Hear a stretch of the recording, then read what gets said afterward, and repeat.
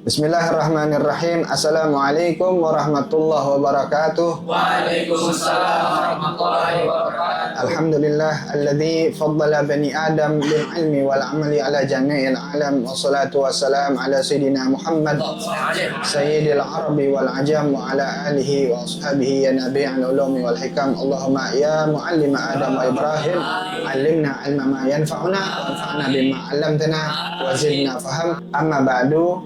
Naam. Masuk kita kepada bab at-tayammum. Fasal asbabut tayammum, salah satu fasal tentang sebab-sebab tayamum itu ada 3. Nah, kita lihat syarahnya. Asbab adalah al-asbabu jam'u sabab. Di nama asbab mengartikan bahwa itu adalah jamak, kata jamak daripada sebab. Sebab dalam bahasa Indonesia itu serapan dari bahasa Arab, dia artinya sama. Yaitu apa? Secara bahasa ma yutawassalu bihi ila ghairihi wa urfan ma yalzamu min wujudihil wujud wa min adamihil adam bi zatih. Yang disebut sebab secara bahasa adalah sesuatu yang menyampaikan sesuatu kepada sesuatu. Dan secara urf yang dimaksud sebab adalah sesuatu yang menjadikan adanya sesuatu, atau sebab itu menjadikan adanya musabbab, dan tidak adanya musabbab dikarenakan tidak adanya sebab. Nah, wa tayammum, sedangkan tayammum apa? Secara lugatan, secara bahasa, tayammum itu adalah al-ghuslu. Yang disebut tayammum adalah al-ghuslu. Niat haji tayammum itu sama. Artinya apa? Bertujuan atau menyampaikan, atau penyampaian. Wa syar'an, dan secara syariat yang dimaksud tayammum adalah isalut turab ilal wajhi wal yadain bi syara'iti makhsusah. Yang disebut tayammum secara syariat adalah menyampaikan turab, yakni debu halus, ke wajah dan kedua tangan dengan syarat-syarat tertentu, dengan syarat khusus. Jadi at-turab itu dia bukan asalnya turab, yang disebut turab itu dia bukan pasir romlun, romel namanya. Tapi juga dia bukan tanah itu ard. Sama seperti bahasa Inggris, ard. Bahasa Inggrisnya tanah apa? Ard. Nah, dalam bahasa Arab juga ard. Nah, cuma bedanya ard. Nah, fil ardi was sama. Jadi dia sama. Nah, hanya turab ini dia bisa memang dimaknakan sebagai tanah atau pasir. Hanya dalam tayamum itu dimaksud turab adalah kepada debu halus. Pasir dan tanah dia mengandung debu halus. Nah, debu halus itu yang mana? Kira-kira kalau di tembok, di tempat yang nggak biasa orang sentuh atau yang nggak biasa dilewatin namanya binatang. Nah, itu kalau di tembok kira-kira agak di atas sana, setiap kita pegang dia ada bagian halusnya tuh. Atau kalau di kasur, begitu didebak tuh kasur, didebak bahasa apa tuh? Dipukul tuh kasur, buah. Nah, ada yang bubar tuh. Atau di film kungfu, tahu film kungfu ya? Pas lagi ditabok, das, tuh make up-nya ketebelan gitu. Nah, itu yang dimaksud turab ya. Jadi yang disampaikan ke wajah dan kedua tangan dengan syarat khusus atau syarat tertentu, yaitu adalah debu halus. Nah, di sini yang dimaksud dengan tayamum sebabnya ada 3 perkara. Ada 3. Balik lagi, ada juga yang mengatakan 7 atau ada juga yang mengatakan 5. Semua itu kembalinya kepada satu alasan, yaitu hakikat daripada tayamum adalah apa? Al-ajzu an isti'malil mal. Al-ajzu an isti'malil ma, yaitu ketidakmampuan untuk menggunakan air. Hissan atau syar'an, baik secara zatnya nggak mampu untuk melakukan menggunakan air secara zat, seperti karena zat airnya itu tidak ada secara hissi, atau secara syar'an, secara syariat airnya ada tapi dia yang mau menggunakan air untuk bersuci nggak mampu untuk menggunakannya, seperti sakit. Wa hadhihi innama hiya asbabun lidzalikal ajz. Dari semua sebab-sebab untuk bertayamum atau sebab bertayamum itu yang 3, yang 5, yang 7 atau yang lainnya itu semua kembalinya kepada satu alasan, yakni karena ketidakmampuan untuk menggunakan air. Nah, karena kita belajarnya di sini adalah kitab Safinatun Najah. Nah, Syekh Salim rahimahullah rahmatal abrar, beliau mengatakan ada 3 di sini. Ya, ada 3. 5, 7 itu kembali juga kepada 3 ini sebenarnya, hanya diperinci saja. Yang pertama adalah apa? Faqdul ma'. Faqdul ma' yaitu al-adamu adalah ketiadaan air. Nah, ketiadaan air di sini adalah secara hissi atau secara hissan. Di situ ada tulisan hissan nih. Artinya airnya itu dia nggak ada, bukan makna, tapi memang nggak ada karena memang nggak ada air. Zatnya air itu yang bisa dipegang, yang bisa dirasakan itu tak ada airnya. Dijelasin di sini faqdul ma'i hissan. Tidak adanya air secara hissi.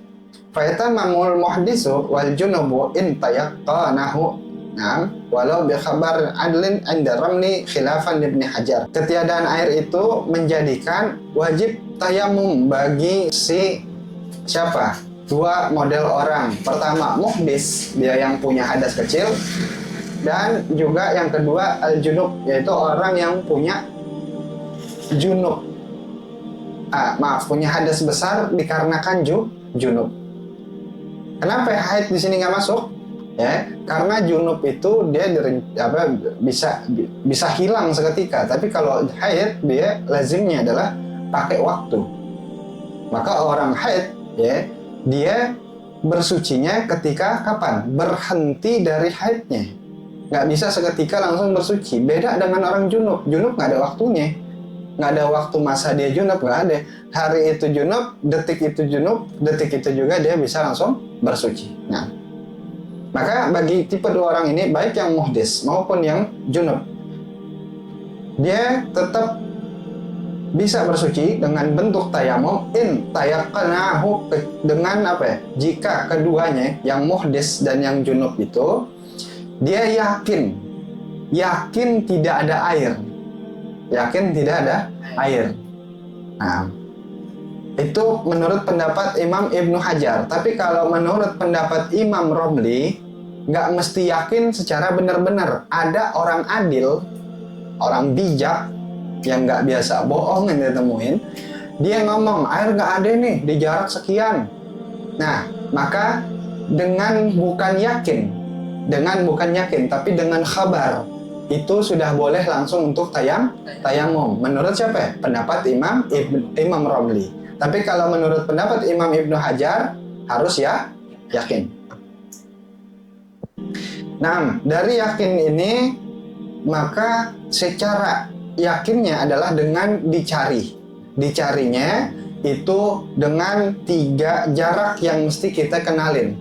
3 jarak. Pertama namanya haddul ghos, yang kedua haddul gurub atau haddul gurbi, yang ketiga haddul bu'di atau haddul bu'd. Ya, apa tadi? Haddul ghos, kemudian haddul gurbi, kemudian haddul bu'd. Nah, fa in zanna wujudal ma aw syakka fihi aw tawahhamahu wajaba alaihi ma talabu likulli tayammumin fil waqt bi an yufattisha fil manzil wa 'inda rifqah al mansubina lil manzil 'adatan in jawaza wujuda ma'in 'indahum wa badlahum iyyahu lahuma. Nah, jadi mencarinya itu begini. Tadi ada namanya haddul ghos. Nah, di haddul ghos ini dia wajib mencari jika si muhdis orang yang hadas kecil atau yang junub itu dia ada kebimbangan antara kayaknya nggak beneran habis deh air deh di jarak haddul ghos itu, kayaknya masih ada air. Nah, dia ada kebimbangan, tapi di rumahnya airnya mati. Tetangga kiri persis mati airnya, tetangga kanan pun sama, depan sama, belakang begitu juga. Nah, tapi di jarak haddul ghos, masih wilayah haddul ghos, dia yakin, bukan yakin, dia ragu, kayaknya masih ada deh di sono-sono dikit air. Nah, Kalau begitu keadaannya, dia wajib untuk mencari. Karena masih ada kebimbangan di situ. Dia wajib untuk mencari di rumahnya, ya kalau memang masih ada di rumahnya, nggak mesin air tapi ternyata ada air tohur yang dia punya, atau di tetangganya kiri kanan, atau di wilayah lingkungannya sejarak hadul ghaus. Nah, misal dia ngelihat tanda tuh kemarin, ya ada tanda likulli syai'in alamah. Dia ngelihat ada tandanya air apa? Burung mau burung apa itu lewat larinya ke arah situ tuh, gang itu tuh, jangan-jangan di situ ada mata air. Nah, burung kan butuh minum. Akhirnya dia wajib cari untuk apa? Dia bersuci dengan air itu dulu. Nah, ini dia nggak yakin nih dengan tidak adanya air. Summa yanzuru hawalaihima minal jihatil arba' in kana bimustawin. Kemudian dengan mencarinya itu dia juga cukup dengan nengok kiri, kanan, depan, belakang, 4 arah mata angin. Ya, kalau dia tinggalnya di dataran rendah atau saat itu dia bukan di dataran rendah, dataran datar, tanah yang datar. Misal dia lagi di di tengah hutan, atau jangan katakan hutan deh, padang pasir ya. Seperti padang pasir yang modelnya lapangan. Nah, dia ngeliat depan, kanan, kiri, belakang. Dia hanya nengok saja, dia nggak perlu jalan. Dia nggak perlu jalan. Dia ngeliat tanda air nggak ada, kanan nggak ada, kiri nggak ada. Begitu juga belakang. Itu kalau yang dataran datar, tanahnya datar. Itu boleh cukup dengan begitu. Nah, tapi kalau dibutuhkan fa'in ihtaja li taraddada qadra haddil ghaus wa huwa salasumi'ah zira'in. Tapi kalau dia perlu untuk mencari mondar-mandir, dibutuhkan, maka dia wajib untuk mencarinya. Wajib untuk mondar-mandir. Nah, ini berarti kira-kira tanahnya ini nggak yang datar, yang bisa hanya ditengok doang seperti tadi. Ini mesti dicari. Nah, carinya sejauh mana itu? Sejauh haddul ghaus. Haddul ghaus itu berapa ya? Kita singkat aja langsung. Haddul ghaus di kitab Takhrirat yaitu sejarak 150 meter. 150 meter. Berarti depan 150 meter, kanan 150, kiri 150, belakang pun sama. Jauh apa dekat nih 150? Hah? 150? Biasa naik motor ente. Lumayan. 150 meter bukan kilo. Bukan kilo, 150 meter itu paling berapa langkah tuh? Hah? Paling berapa langkah? Nggak jauh. Nah, dari sini ke Indomaret tuh 150 tuh. Indomaret situ tuh. Nah. Kira-kira malah 200 kayaknya tuh. Udah di atas 150 tuh. Nah, dia kalau diperlukan untuk dia mondar-mandir, dia wajib mondar-mandir saat itu sejarak haddul ghaus. Nggak perlu lebih. Wajibnya hanya sampai di haddul ghaus. Jika dia bimbang masih ada air atau tidaknya. Nah, kemudian wa in tayaqqanahu wujudahu fa in kana bi haddil ghurub. Sekarang ngomongin haddul ghurub. Kalau dia yakin, ini yakin, nggak bimbang, yakin ada air di jarak haddul ghurub. Nah, di jarak hadul ghurub yaitu berapa langkah atau berapa zira kemarin? Tis'atu alafi zira'in, sejarak 9.000 kilo. 9.000 zira. Yaitu kita bulatin ngambil di Takhrirat adalah 4,5 kilometer. Dia di 150 tadi nggak ada air, dia bimbang tuh, tetap wajib nyari. Tapi dia yakin di 150 memang nggak ada. Di jarak 2 kilo, yang mana itu masih di bawah 4,5 kilometer, di situ dia yakin ada air. Nah, kira-kira di 2 RT sebelah, 2 RW sebelah dari sini, nah, itu dia yakin di sana ada air. Orang situ ada mata air kok. Nah, dia yakin. Maka gimana? Ini nggak ragu sekarang. Dia yakin, bukan bimbang lagi. Dia wajib untuk nyamperin tuh tempat mata airnya atau tempat yang di situ ada airnya. Nah, kalaupun di situ ternyata orangnya nggak mau ngasih, misalnya nih punya orang itu nggak mau ngasih, ya itu urusannya nanti beda tuh. Tapi ente wajib untuk nyamperin tempat air itu ya sejarak hadul ghurub, yaitu 4,5 kilo. Kenapa ditentukan 4,5 kilo ini? Atau dalam penjelasan lain 5 kilo kurang lebih, tapi kita ngambil yang takhrirat 4,5, yaitu karena biasanya orang ngambil nyari duit kerja itu lazimnya saat itu ya ngambil jarak 4,5 kilometer, seperti berkebun, ngambil rumput, motong kayu bakar, nyari kayu bakar. Nah, itu dia biasanya sejarak 4,5. Nah, wa in kana fawqahu wa huwa al-musamma bihaddil bu'ad lam yujib. Tapi jika jaraknya di atas dari 4,5, yang itu adalah di atas haddul ghurub, maka dia tidak wajib untuk mencarinya sekalipun yakin di atas 4,5 itu masih ada air dan banyak, tapi nggak wajib saat itu untuk nyari. Artinya nggak wajib, maka saat itu sudah boleh untuk bertayamum. Sudah masuk kadar sebab tayamum dengan sebab yang pertama, yaitu faqdul ma, ketiadaan air. Ngerti nih? Nah, wa'lam annahu la yajibu talabu mutlaqan illa bi syara'itil aman ala nafsi wal a'dha wal bud'i wal mal wal ikhtisas al muhtaramat walau li ghairihi wal inqita' an rifqah wa in lam yastawhish wa khuruj al waqt. Nah, kemudian ketahuilah, kata pensyarah yakni Habib Ahmad Asy-Syafiri mengatakan, wa'lam, ketahuilah annahu la yajibu. Nah, gini, tidak diwajibkan mencari air, ya, mencari air secara mutlak,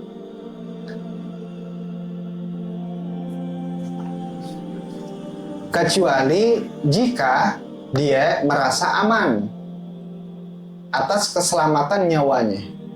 Ada memang air di jarak segitu, di jarak di bawah 4,5 kilo, tapi lagi rawan pembunuhan, lagi rawan apa lagi? Orang potong anggota tubuh. Nah, itu tidak diwajibkan dia untuk keluar ngambil air jika itu mengancam keselamatan nyawanya atau bagian tubuhnya atau sebagian hartanya atau benda-benda ikhtisas yang dihormati, sekalipun benda ikhtisas ini bukan milik dirinya. Ya, kita gambarkan misalnya dia keluar karena mau nyari air itu khawatir dengan bahaya, dia keluar bawa anjing, bawa anjing untuk nemenin dia nyari air. Nah, ini anjingnya bisa celaka nih, ya bisa celaka kalau memang dia ngikut. Nah, itu saat itu karena anjing itu kan sebenarnya dia ikhtisas ya, dia ikhtisas gitu-gitu, dia nggak boleh dijual, ya, ikhtisas jadinya nggak boleh dijual belikan. Jadi dia dipikirin juga keselamatannya tuh. Nah, sekalipun bukan miliknya. Terus juga misalnya kadarnya kalau dia nyari air kemudian memungkinkan orang ini untuk terpisah dari rombongan, ya, sekalipun dia orang yang biasa jalan sendiri. Ayo kita nyari air, mana tuh sono? Ya, jarak 2 kilo lah, 3 kilo paling jauh. Nah, tapi kalau aneh ngikut, nanti aneh kepisah sendirian. Nanti kan biasa jalan sendiri, nggak ada urusan. Kalau sudah ngomongin syariat, dia nggak ngomongin biasa jalan sendiri, nggak. Di sini sudah jadi syarat. Itu tidak wajib kalau memang dia memungkinkan terpisah dari rombongan. Meskipun dia orang yang biasa jalan sendiri, aneh mah santai jalan sendiri, nggak bisa. Karena tidak dianjurkan jalan sendiri, apalagi jalannya itu untuk kebaikan.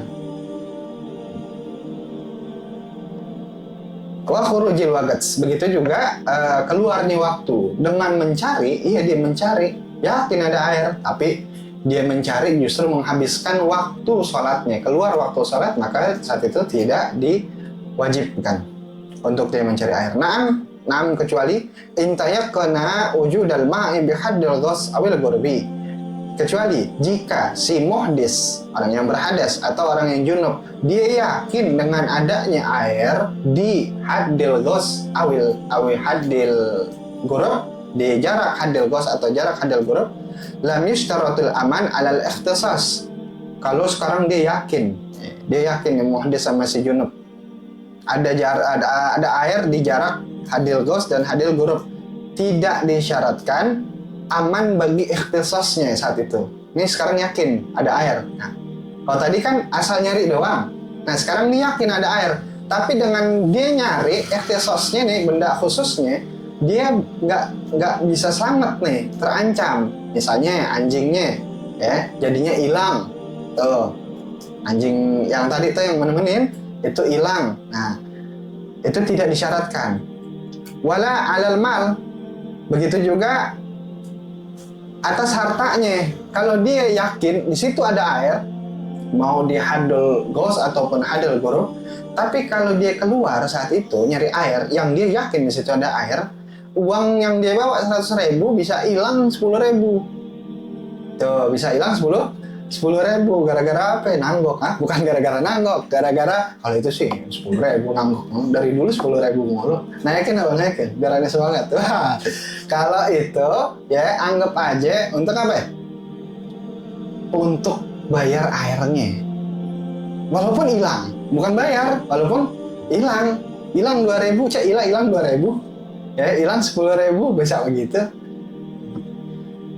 Dia keluar hilang tuh duit. Nah, anggap aja itu bayaran ya, baik yang ikhtisas tadi ataupun mal, itu bayaran untuk nyari airnya. Nah, apalagi kalau misalnya ente yakin di tetangga ente di hadul ghaus atau hadul ghurab ada air, tapi tetangga ente minta mau bayar dong, kan yang ngurus ini air. Nah, misalnya di tempat-tempat umum, kamar mandi umum tuh ya, bayar saat itu, nggak apa-apa, bayar. Dengan catatan dia yakin udah ada air.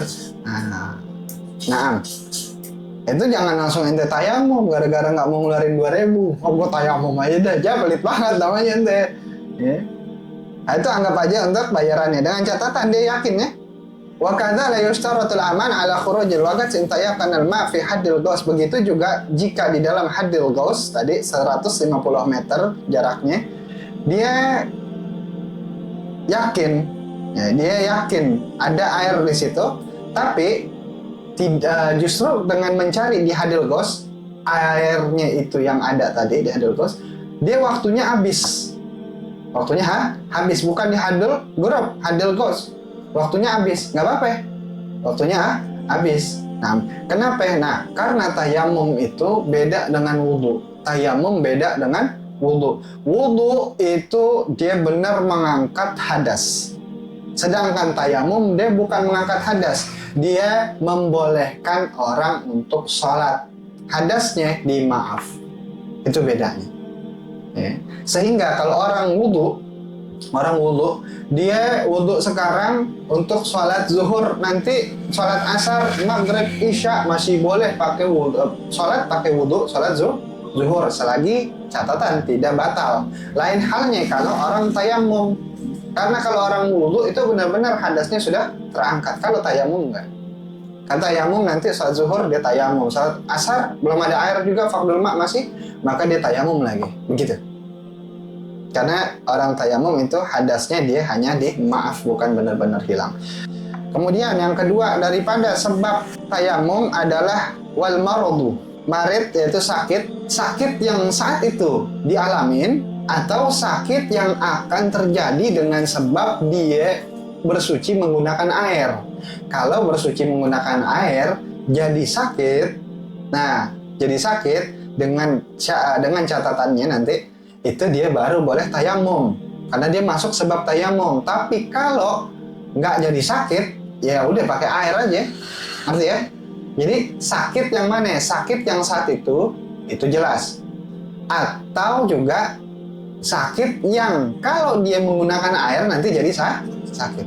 Ngerti ya? Jadi sakitnya dua. Antara sakit yang saat itu sedang terjadi atau sakit yang akan terjadi dengan sebab kena air. Fayatamamul muhaddis wal junub idza khafa min isti'malil ma' 'ala nafs aw manfaati adwin aw tula muddati maradin aw ziyadatahu aw hudutsu syai'in fahishin. Maka si marid, orang yang sakit itu, dia tayamum kalau dia dalam keadaan apa? Berhadas dan atau junub. Kapan? Kalau dia khawatir ketika menggunakan air, ya, mengancam nyawanya. Mengancam nyawanya. Ini meriang yang amat sangat. Bukan meriang-meriang alasan biar nggak ngaji nih. Ya. Ini meriang yang amat sangat. Kalau dia kena air, kedinginan, mengancam nyawanya, maka saat itu dia boleh untuk bertayamum. Tidak wajib menggunakan air. Kalau itu mengancam keselamatan nyawanya, atau ya hilangnya kekuatan tubuhnya. Artinya gini, karena dia lagi sakit, ketika gunain air makin lemes anggota tubuhnya. Tuh, meskipun hanya anggota tubuh, nggak satu tubuh full, nggak. Tangannya meriang gara-gara abis kena air. Tuh, dikhawatirkan nanti tangannya apa? Lemes. Lemesnya lemes banget, nggak kuat diangkat. Nah, itu namanya apa? Hilangnya manfaatnya udwin. Au tulamud dati marudin, atau dengan menggunakan air karena dia lagi sakit, makin lama masa sakitnya, atau ziyadatahu, yaitu bertambah sakitnya. Nah, yang tadi sakitnya seharusnya udah berapa lama lagi, bentaran, nggak nyampe 3 hari, gara-gara kena air, jadi makin parah. Atau jadi makin lama sembuhnya. Maka itu yang dibolehkan untuk menggunakan tayamum. Tidak wajib untuk menggunakan air saat itu. Au hudutsu syai'in fahishin, atau terjadi ya sesuatu yang kita katakan gini, memalukan dan merusak. Memalukan dan merusak. Kata ghayyuri launin min sawadin ila bayad masalah wa aksihi. Apa ini sesuatu yang bikin malu, yang rusak gitu ya? Yaitu dengan sebab kena air berubah warna kulitnya dari hitam jadi putih, atau sebaliknya. Ketika dia gunakan air, sebagian kulitnya dari putih jadi hitam, berarti kayak belang, kayak belang. Habis gunakan air jadi belang. Panok kali ya? Cacar. Nah, itu sesuatu yang dia memalukan tapi juga rusak gitu. Arti rusak kan itu namanya sakit. Nah, al nuhul ay riqqati ma'rutubah, atau apa? Kurus, atau jadi menciut. Tapi bukan dirinya, enggak, anggota yang kena air aja. Anggota, masa ada orang kena air jadi kecil? Bukan, ya maksudnya, nah ini penyakit itu, nauzubillah min dzalik, nasallallahu alaihi wasallam. Ya, apa? Tapi jadi masih berfungsi, dia jadi kecil, jadi apa, misalnya anggota tangannya dia gitu, dia karena kena air jadi ngecil gitu, tapi masih berfungsi. Itu boleh dia bertayamum. Sekarang lawanannya awis teh syafin, atau dia jadi kecil tapi tidak berfungsi dengan normal tangannya. Nah, itu kedua-duanya sama. Jadi ada perubahan yang memalukan. Au sughratin tabqa, au lahmatin tazid, atau dengan sebab kena air itu dia punya sakit, lubang di tubuhnya jadi nggak kering-kering. Nah, nauzubillah min dzalik, nasallallahu alaihi. Ini seperti orang apa ya? Sakit ya, yang gula ya, apa ya? Itu. Dia saat itu boleh pakai tayamum. Ya. Di sini disebutin. Atau daging, sekarang tadi lubang, sekarang ada daging lebih. Lebih dengan sebab kena air, dia nanti ada daging lebih jadinya. Ada penyakit ini ya. Nah, jadi daging lebih. Nah, itu dia boleh bertayamum saat itu. Lakin yushtaratu hudutsin madhkur. Akan tetapi disyaratkan di hudutsu syai'in, tadi kan disebut hudutsu syai'in fahishin, terjadi yang memalukan yang dia itu rusak, yaitu bagaimana? Apakah pada seluruh tubuh atau pada hanya bagian anggota wudhu? Ayakuna fi adwin yabdu ghaliban 'indal mihna ay al-khidmah kal wajah wal yadain aw ma la yu'addu kashfuhu hadkan lil muru'ah. Gini, kalau tadi itu perubahan warna kulit ya, kemudian ada hal-hal yang memalukan tadi, kalau adanya sesuatu tadi yang memalukan itu adanya di anggota wudhu, ya, misalnya di tangannya, di wajahnya, dan itu kalau dia buka dia memalukan dan itu juga penyakit yang nggak boleh kena air, maka ya dia saat itu boleh bertayamum, bertayamum. Tuh. Tapi kalau yang memalukan dan rusak itu adanya di luar anggota wudhu, dia tetap wajib menggunakan air, nggak bisa tayamum. Seperti misalnya apa ya, adanya di paha, adanya di dada. Dada anggota wudhu bukan? Bukan. Paha anggota wudhu? Bukan. Maka dengan dia berwudhu itu paha kan nggak kebuka. Hah? Orang lucu aja kalau wudhu pahanya sampai keangkat. Oh, kelihatan. Kan orang wudhu pahanya nggak kebuka, orang wudhu dadanya nggak kebuka. Tuh, dia ada tuh, nauzubillah ya, ada lubang atau apa di dadanya. Nah, tapi itu adanya di dada. Nah, maka dia tetap wajib wudhu, bukan tayamum. Lain halnya kalau sakit-sakit yang tadi tuh. Ya. Nah, itu semua masalah sakit tadi.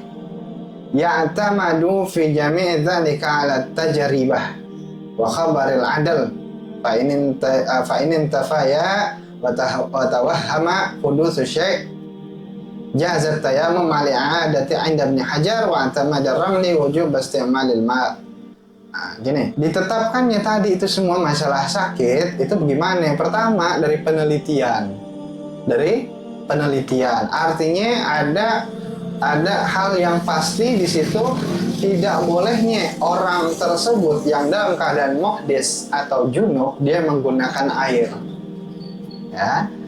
Wa khabaril adal, begitu juga kabar dari adal. Adal di sini kita katakan tabib, ini dokter. Dokter yang ngomong, bukan mau-mauan kita. Akhirnya kita kalau kita pakai asumsi sendiri, ntar kita nggak mau wudhu jadinya. Hah? Meriang dikit, tayamum. Kenapa? Karena dia meriang. Ya, alasannya gitu. Nah, ini mesti ada tajribah, mesti ada ketentuan dari kabar adal, mesti ada pemberitahuan dan memang diteliti sama si dokter. Ente ini nggak boleh dulu kena air. Paham ya? Tapi kalau nggak ada, kata dokter, emang mau-mauan dia aja nih, ya mau-mauan dia aja nih, atau hanya di kepalanya dia aja, kayaknya ini nggak bisa kena air dulu deh, Pak. Nah, emang males aja, biasa males mandi ya kan. Nah, itu kalau begitu gimana? Jazat tayamum, boleh dia bertayamum dengan catatan memang sakit, memang sakit. Kalau yang tadi kata dokter kan memang paten tuh, dokter bilang jangan kena air. Nah, kalau ini memang sakit, dokter nggak bilang, tajribah nggak ada, kabar adil nggak ada, tapi dia ini jangan dulu deh. Nah, gimana, boleh nggak tayamum? Boleh dia tayamum tetap, ya, ma'al i'adah inda Ibnu Hajar, tapi dengan qadha sholat nantinya. Qadha sholat. Setelah dia sehat nanti dia qadha sholat. Dia boleh tayamum dengan mengulang sholatnya, itu pendapat Imam Ibnu Hajar. Nah, tapi kalau pendapat Imam Romli, dia wajib tetap menggunakan air. Orang itu di kepala ente doang kok, dokter nggak bilang gitu. Nah, itu kalau pendapat Imam Romli. Jadi kedua pendapat ini bisa ente pilih. Wa idza khafa min istimali fi ba'dil badan ghasala sahiha wa tayammama al-muhdis 'anil 'anini wa taghasnihi wal junub mata syaa. Jika khawatir dua tipe orang ini, baik yang muhdis maupun yang junub, khawatir apa? Menggunakan air di sebahagian badannya atau sebahagian anggota wudunya, maka dia tetap membasuh yang sehatnya saja. Gini, misalnya ada sakit itu di kakinya, di bawah telapak kaki. Habis kena apa ya? Mata ikan. Nah, mata ikannya hilang, tinggal lukanya. Nah, kata dokter jangan kena air. Nah, gimana nih? Kan dia nggak boleh kena air nih. Kalau kena air nanti lama sembuhnya. Berarti masuk nggak? Boleh tayamum? Masuk, boleh dia tayamum. Cuma jangan setiap nanti kena mata ikan langsung tayamum nih. Nah, bagaimana tuh? Tapi dia mau sholat, maka kalau khawatir menggunakan air saat itu, dia boleh berwudu di sebagian badan, dia basuh bagian yang sehatnya saja. Wajah sehat, dia basuh dengan air. Tangan keduanya sehat, dia basuh dengan air. Sebagian kepala pun sama. Begitu kaki, nah orang kenanya yang kanan doang apa yang kiri doang? Nah, yang salah satunya tuh, dia untuk bagian kakinya tayamum. Tayamum. Dan cara berarti ini menggabungkan nih, ya, antara wudhu dan tayamum. Karena di sini wudhunya nggak sempurna, dimaafin dengan cara tayamum. Ngerti nggak maksudnya? Tuh. Kan kalau wudhu itu mengangkat hadas. Sekarang hadasnya nggak diangkat, nggak sempurna. Orang kakinya belum, tapi diganti atau dimaafkan dengan tayamum. Listibahatis shalah, untuk dibolehkannya sholat. Jadi nggak langsung semuanya tayamum, ya, nggak langsung semuanya tayamum. Dan apa ya, juga jangan konyol kenain air, udah gitu yakinnya kurang lagi, akhirnya wudhu yang disalahin. Nah, ini boleh ente pakai tayamum, dicampur nih keduanya. Caranya adalah wudhu dulu. Tadi tuh wajah, tangan, kepala, di kaki ini yang kena apa ya? Mata ikan, sisanya tuh itu ente tayamum nanti. Begitu juga kalau orang junub. Gimana kalau orang junub? Sama, ya. Dia boleh mandi, tapi menyisahkan bagian yang sakit itu tidak dengan air. Ya, misalnya kakinya ditaruh di apa nih namanya? Di ujung itu bak, atau tangannya dia mandi habis kena ini aneh pisau, begini aja mandinya. Nah, ditaruh, dipegangin tangannya biar nggak kena air. Dia boleh menyisahkan itu dengan bagian kering, tetap kering. Tapi sebenarnya sah nggak mandi junubnya? Kalau kan kemarin kita bahas tentang mandi junub, yaitu harus apa ya? Seluruh tubuh.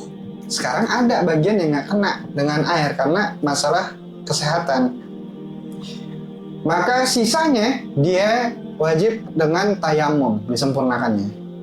Wajib dengan tayamum. Bagian yang nggak boleh kena airnya karena sakit.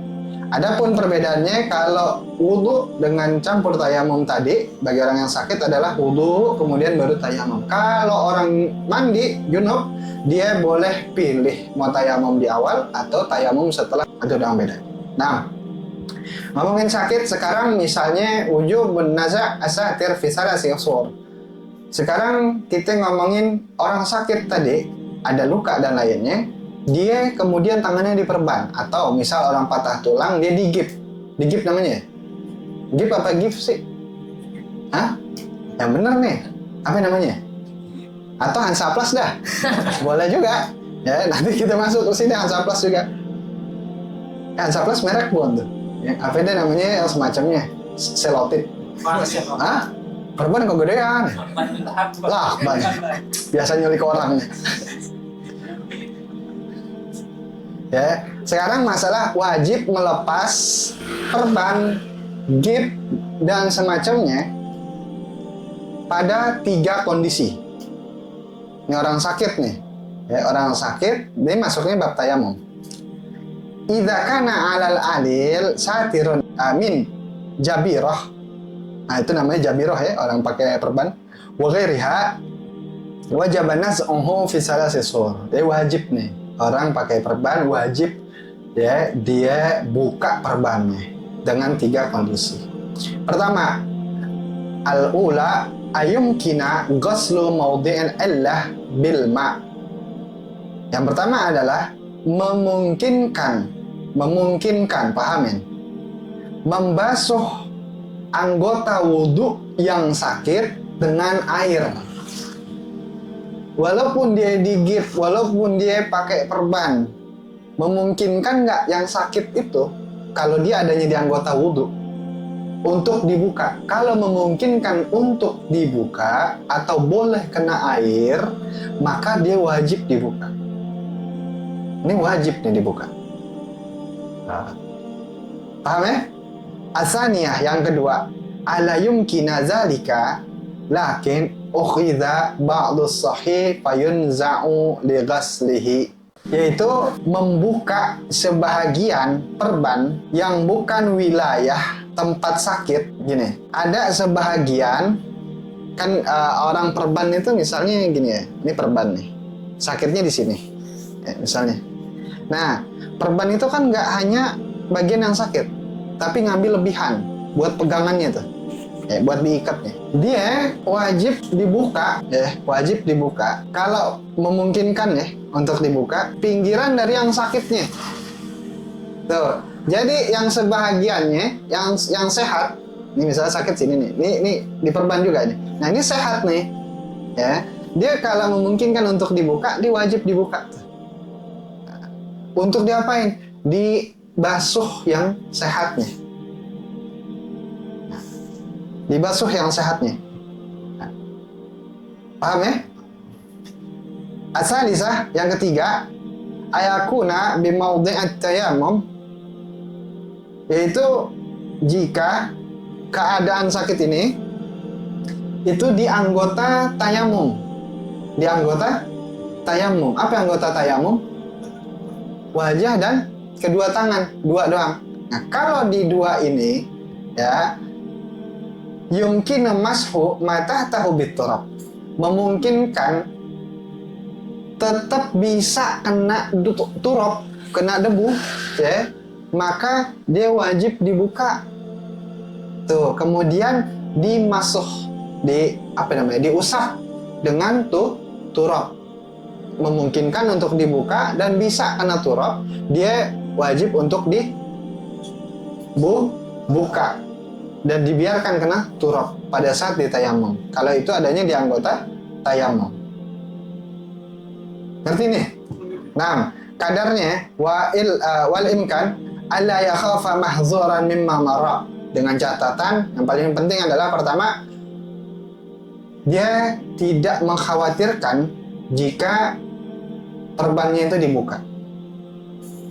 Makanya tadi syarat pertamanya adalah memungkinkan untuk dibuka. Sekarang tidak mengkhawatirkan, ya, catatannya adalah paling penting dari 3 yang wajib menjadi wajibnya dibuka ini. Kalau dibuka tuh perban tidak mengkhawatirkan, kayak gitu. Fa in khafahu lam yujib an-naz'u. Kalau dikhawatirkan maka tidak jadi wajib untuk dibuka tuh perban. Nah, bal yaghsilu sahih wa yamsahu ala satir bil ma wa yatamammu amma tahtahu. Meskipun nggak wajib dibuka, kata dokter nih jangan dibuka-buka. Ya kan ada perban yang kata dokter begini, nah ini sih kenain matahari sesekali, kenain matahari biar tulangnya kuat.